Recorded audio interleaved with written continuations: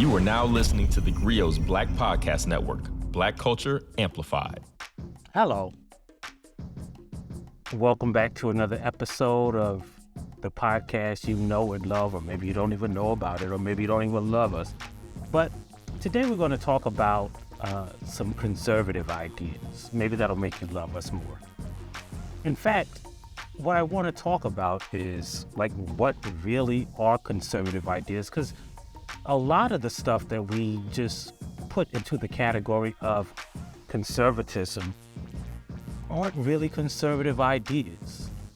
And that's why I want to welcome you to theGrio Daily, the only podcast that asks the question, does conservative just mean white? Yeah, so let's get into it, right? Because a lot of times we'll talk about stuff, and this started because of a tweet I saw that said Frederick Douglass was a conservative. And I was like, how? Right? And it was because Frederick Douglass had these ideas about working hard and about getting an education, and people ascribe that to the conservative ideology. But that's not really a conservative thing. It's not like, progressives or liberals or Democrats be like, nah, man, I don't be caring about no education, right? I think we should just get government handouts and stop doing all this work. No, that's not really a political ideology shared by either side, right? So how do these things become conservative? Why do we ascribe them to the conservative movement? Well, it's partly because the conservative movement has always been anti-Black or pro-white, whichever way you want to look at it, right? So when you talk about conservative, first of all, I want to say that we're not talking about Democrats or Republicans, because before FDR, the Democratic Party was the conservative party. It was the white party. So we're not talking about arbitrary names assigned to arbitrary political parties or political positions. We're talking about actual conservatism, right? So it's conservative to say you want small government. You think the federal government shouldn't be involved in, determining individual choice or determining what states should decide. But then if that is a conservative foundation, if that is a conservative premise, then why do conservatives support pro-life, right? Why are they anti-abortion, right? Because what they're saying is that the government should be able to tell women what to do with their bodies. Anti-abortion positions aren't really conservative. In fact, they're very liberal. They are for big government. Same thing with the idea of law and order and supporting police, right? A real conservative would say people should have the liberty to decide whatever they want to do as long as it doesn't harm their fellow citizens. That is conservatism, right? So conservatives really wouldn't be pro-police. They would object to police trampling on individual rights to life, liberty, the pursuit of breathing, right? They would be against Blue Lives Matter. But because police disproportionately brutalize and kill Black people, conservatives tend to support police, right? And the same thing is true with a number of issues, right? Take education, right?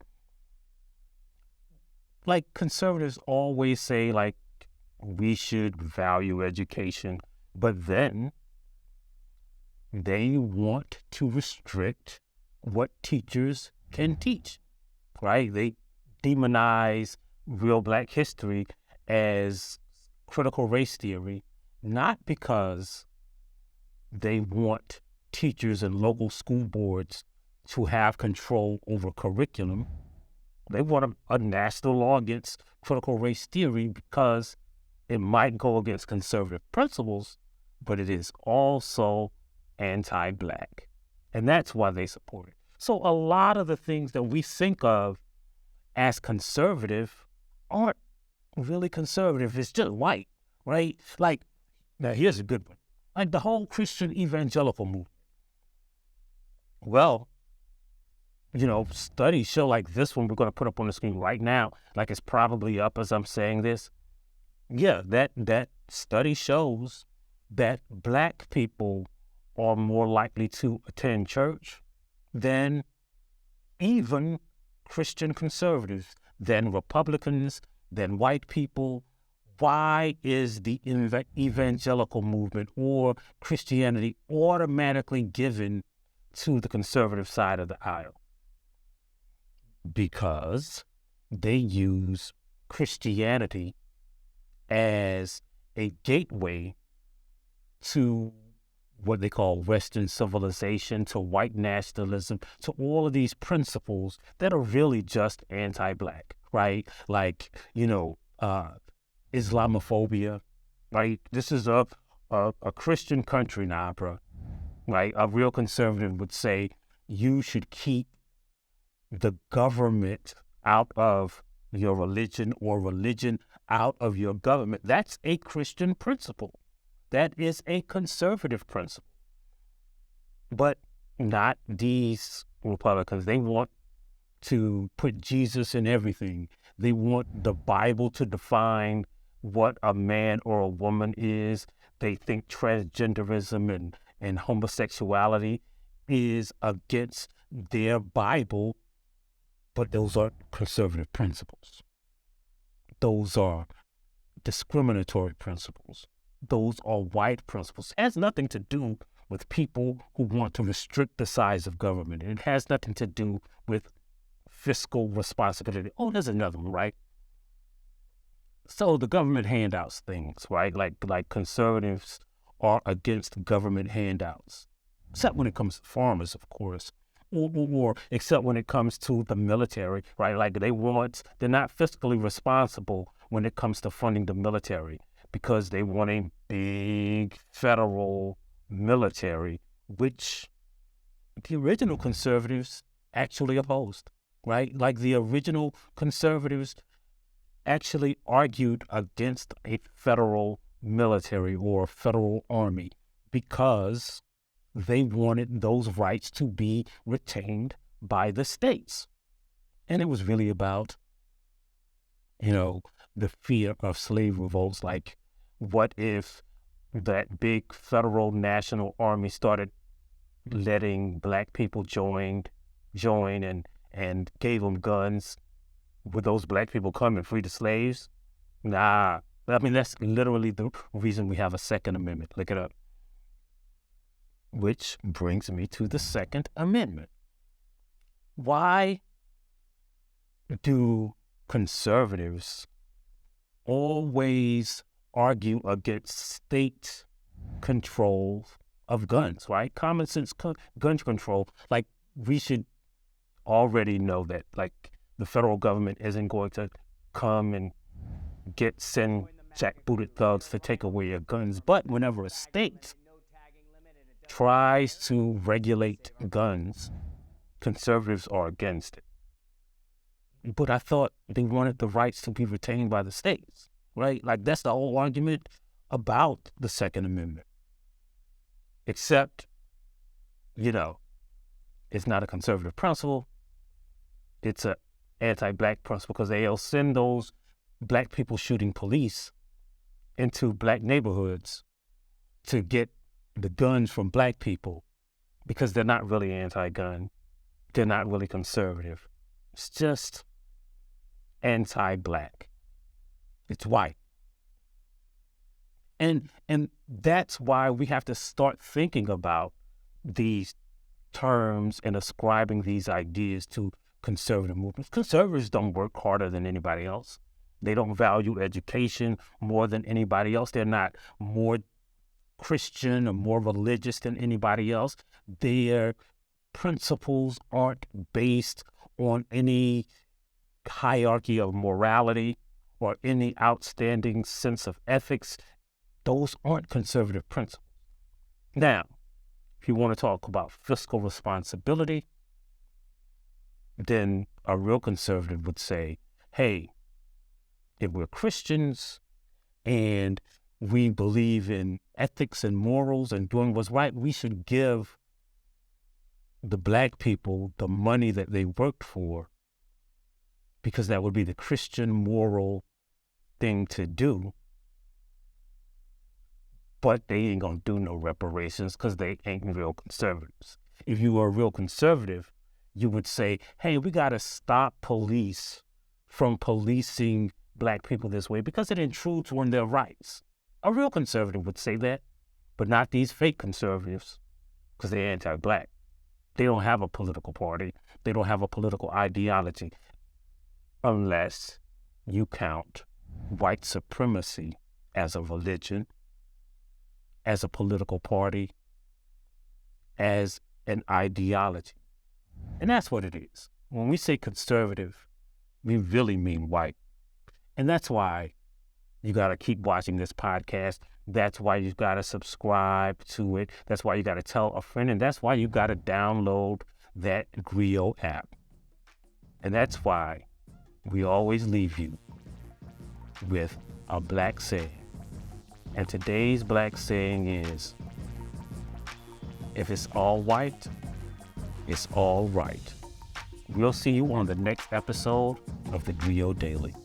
If you like what you heard, please give us a 5-star review, download the theGrio app, subscribe to the show, and share it with everyone you know. Please email all questions, suggestions, and compliments to podcast@thegrio.com.